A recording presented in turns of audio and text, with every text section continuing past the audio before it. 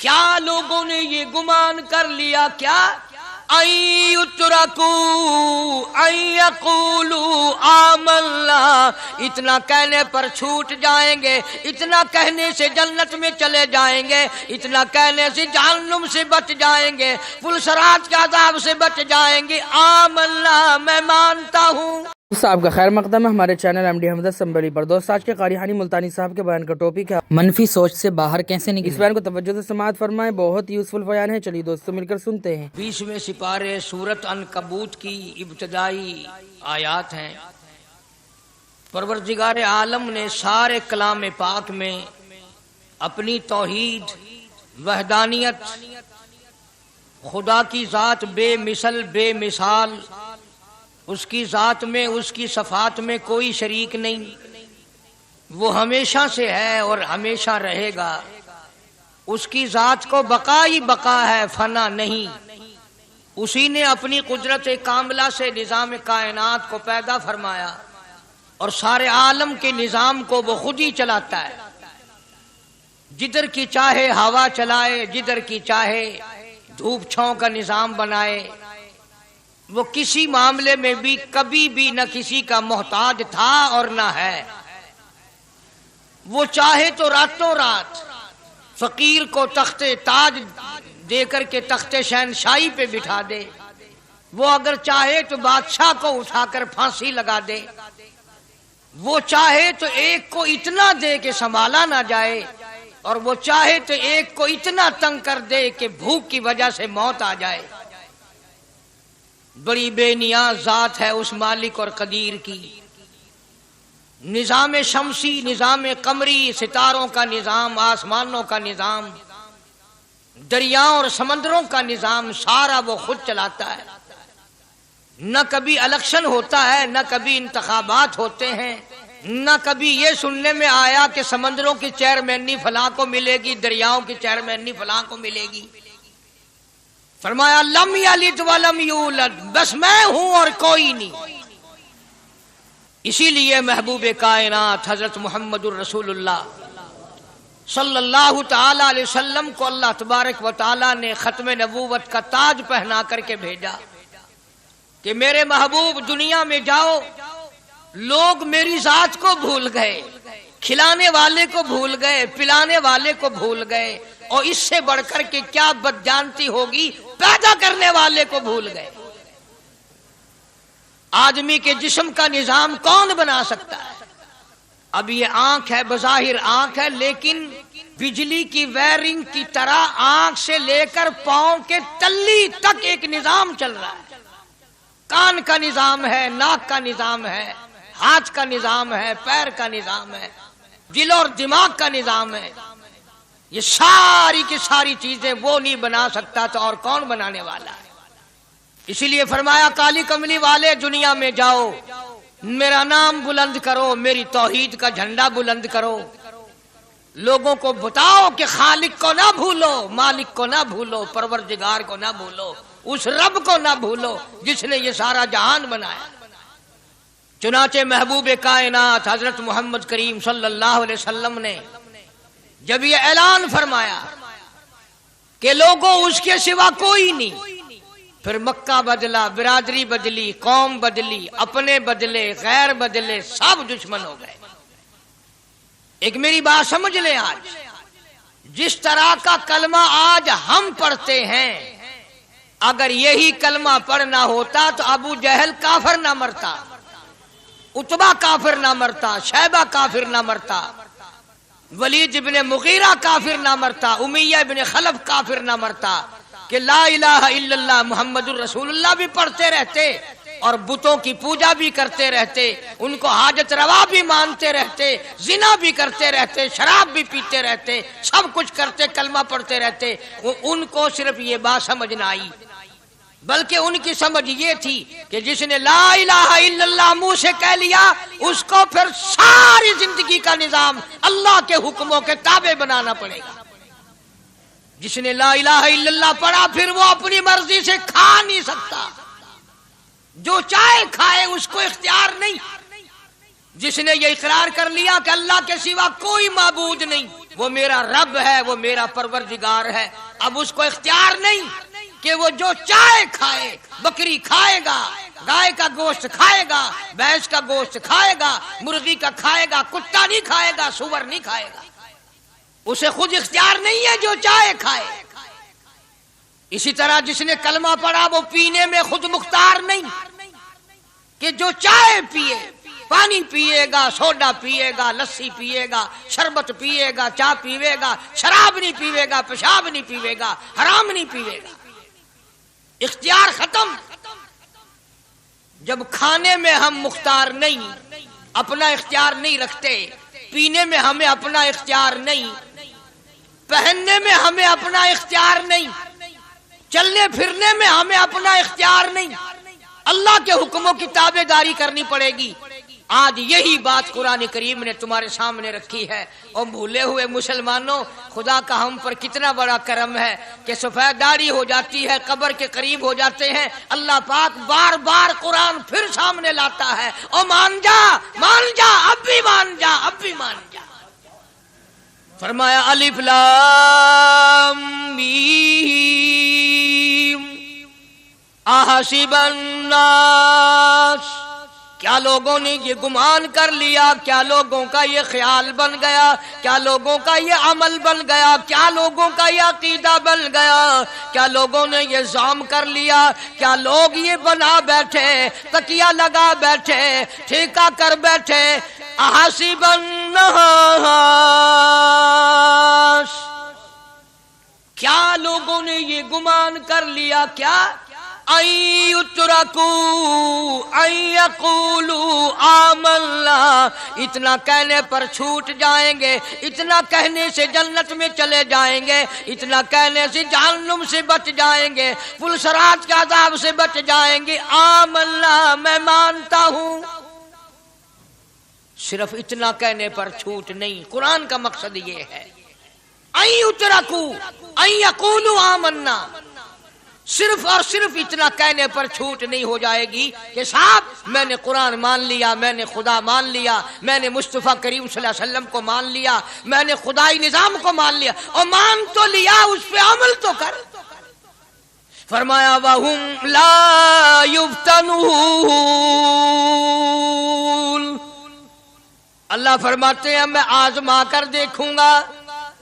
اگر ماسٹر کو امتحان لینے کا اختیار ہے کہ بچہ فیل ہے یا پاس، ڈاکٹروں کو امتحان لینے کا اختیار ہے، پروفیسروں کو امتحان لینے کا اختیار ہے، تو فرمایا وَلَقَدْ فَتَنَّا الَّذِينَ مِن قَبْلِهِمْ فَلَيَعْلَمَنَّ اللَّهُ الَّذِينَ صَدَقُوا وَلَيَعْلَمَنَّ الْكَاذِبِينَ۔ میں خدا بھی امتحان لوں گا، میں بھی آزماؤں گا، میں بھی جانچ کروں گا، میں بھی پڑتال کروں گا۔ آمنا کون سا زبان سے کہتا ہے، کون سا دل سے کہتا ہے آمنا میں نے مان لیا، کس کی زبان کی نوک پہ کلمہ رکھا ہوا ہے اور کس کے خون کے قطرے قطرے میں بس گیا۔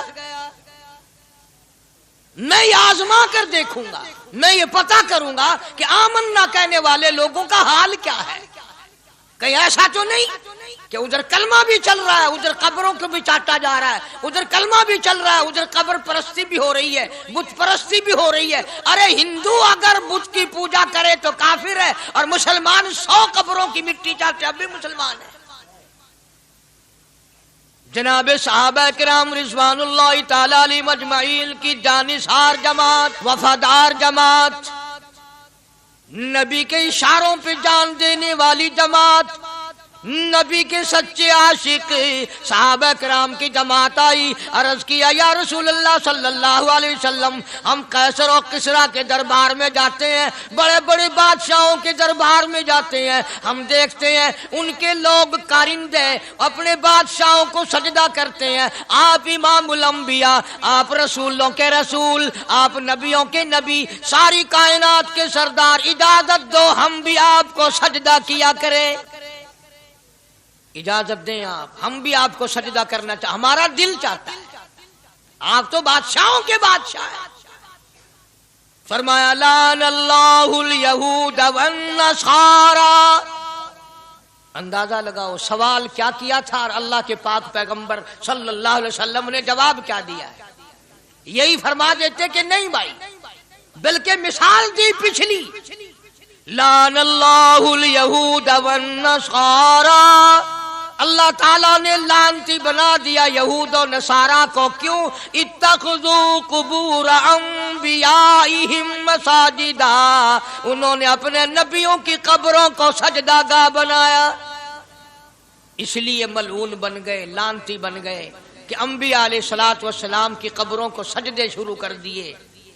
چلو یہاں پہ بات ختم ہو جانی چاہیے تھی، اتخذوا قبور انبیائہم مساجدا۔ مالک کائنات کی حضور میں رحمت صلی اللہ تعالی علیہ وسلم نے جھولی پھیلا دی۔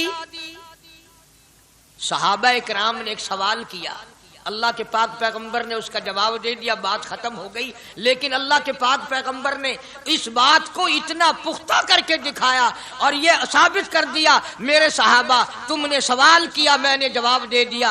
آگے رب کی حضور میں جھولی پھیلا دی، الہ العالمین تیرے دروازے پہ میرا سوال ہے، اللہم لا تجعل قبری اصنام، مولا میری قبر کو سجدہ گاہ نہ بننے دینا، تجھ سے دعا مانگتا ہوں میری قبر کی سجدہ گاہ نہ بنے، میری قبر کو لوگ بتوں کی طرح سے نہ مانے۔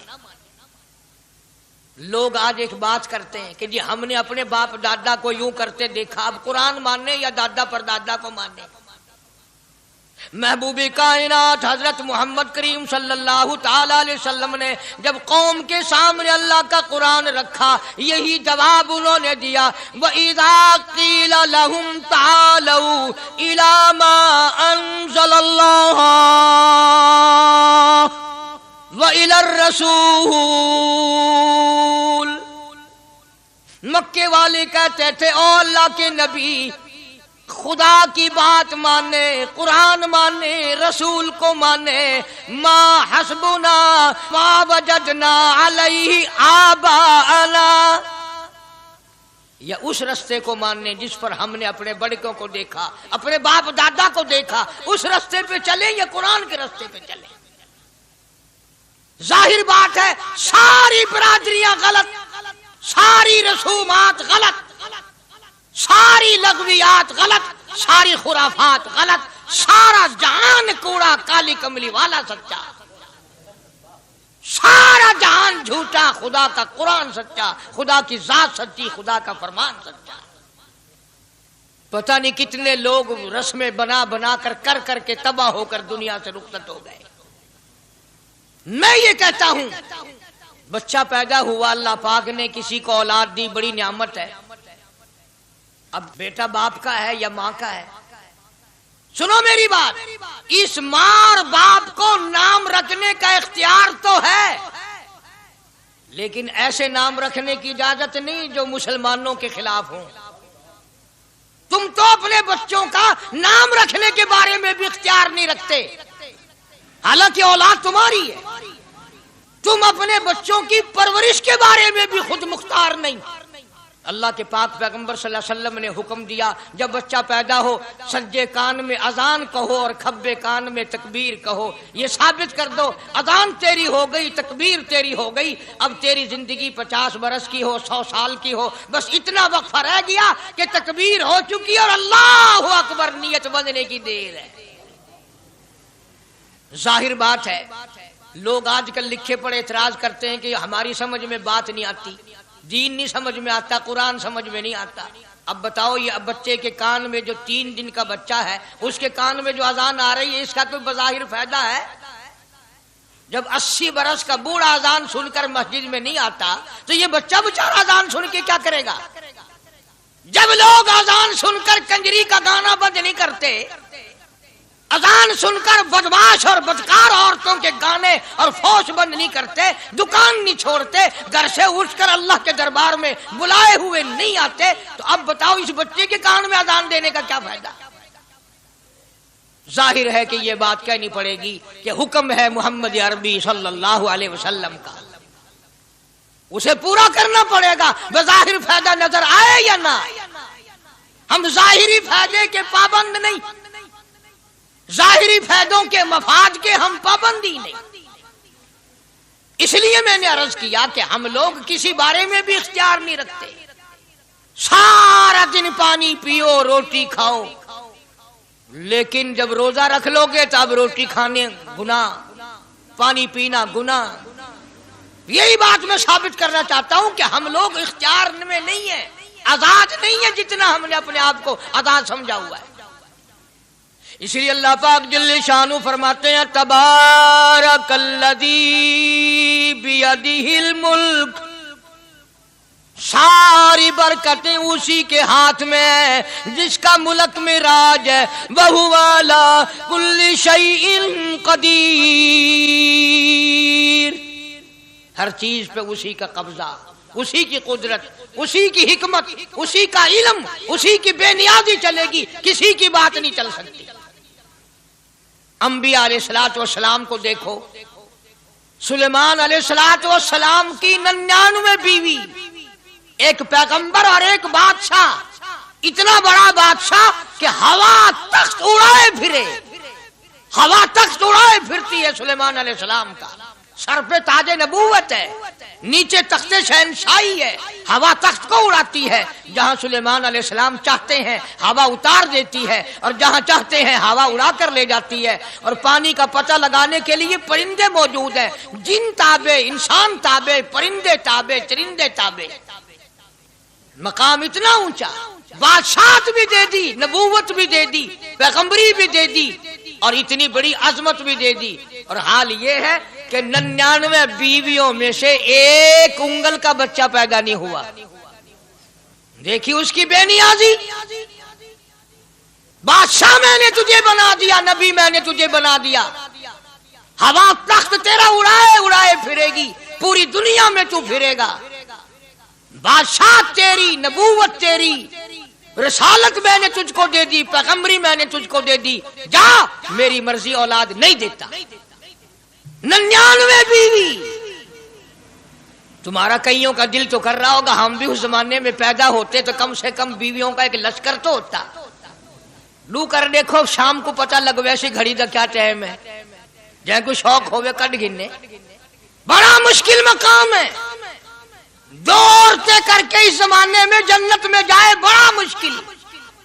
اللہ کے پاک پیغمبر صلی اللہ تعالی علیہ وسلم کا آخری وقت ہے، مرض الموت ہے، آخری دن ہے، آخری بیماری ہے، موت بالکل قریب ہے. جناب صفیہ رضی اللہ تعالیٰ عنہ کو بلایا، جناب سودا رضی اللہ تعالیٰ عنہ کو بلایا، ام حبیبہ رضی اللہ تعالیٰ عنہ کو بلایا، حضرت حفصہ رضی اللہ تعالیٰ عنہ کو بلایا، حضرت زینب رضی اللہ تعالیٰ عنہ کو بلایا، ام حبیبہ رضی اللہ تعالیٰ عنہ کو بلایا.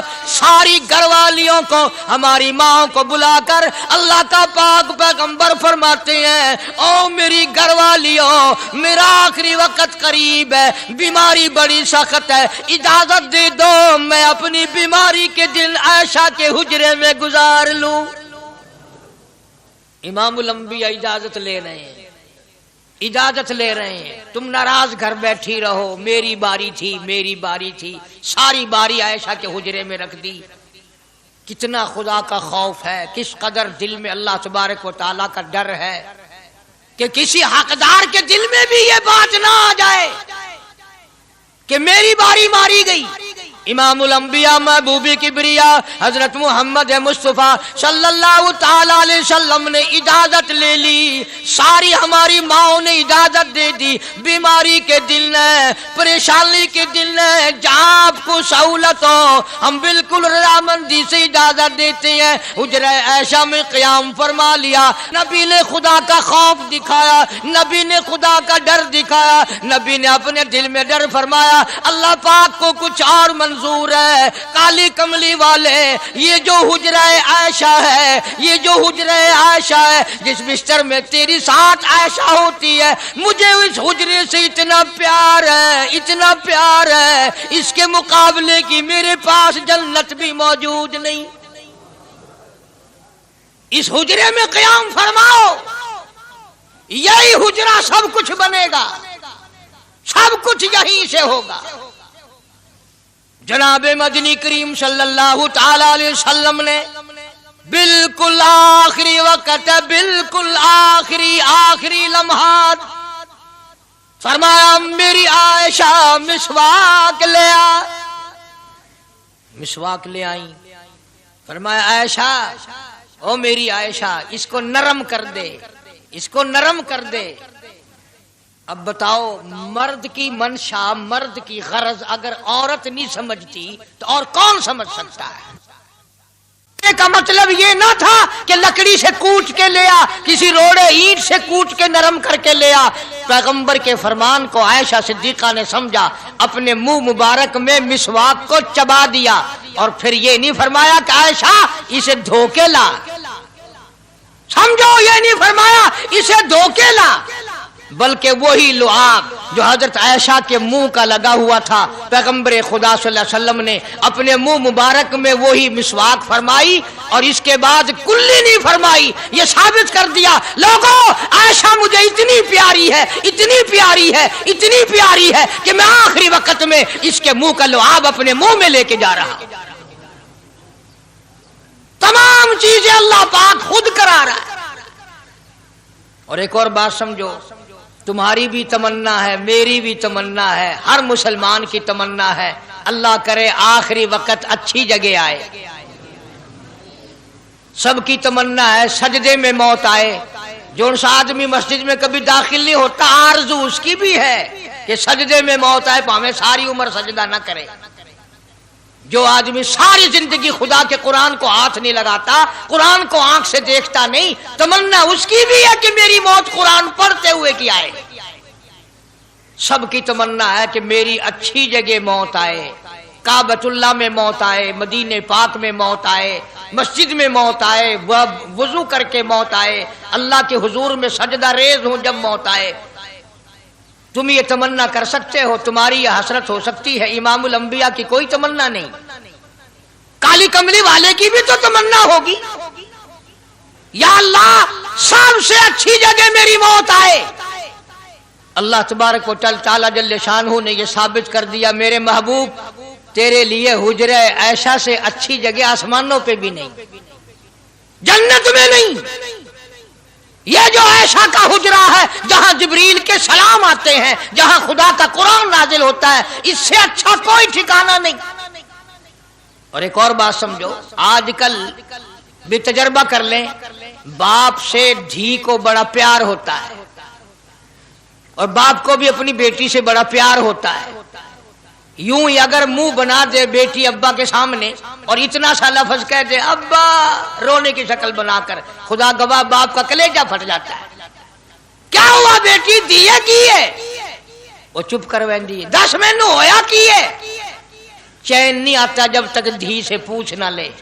آخری وقت ہے پیغمبر خدا صلی اللہ علیہ وسلم کا، اور حضرت فاطمہ الزہرا رضی اللہ تعالیٰ عنہ اور عائشہ صدیقہ رضی اللہ تعالیٰ عنہ دونوں موجود ہیں. اور لوگوں آج ہمیں باپ کو دنیا سے جاتا ہوا بیٹی دیکھ کر گوارا نہیں کر سکتی، تو فاطمہ الزہرا جس کا ابا کالی کملی والا ہو کیسے گوارا کرتی؟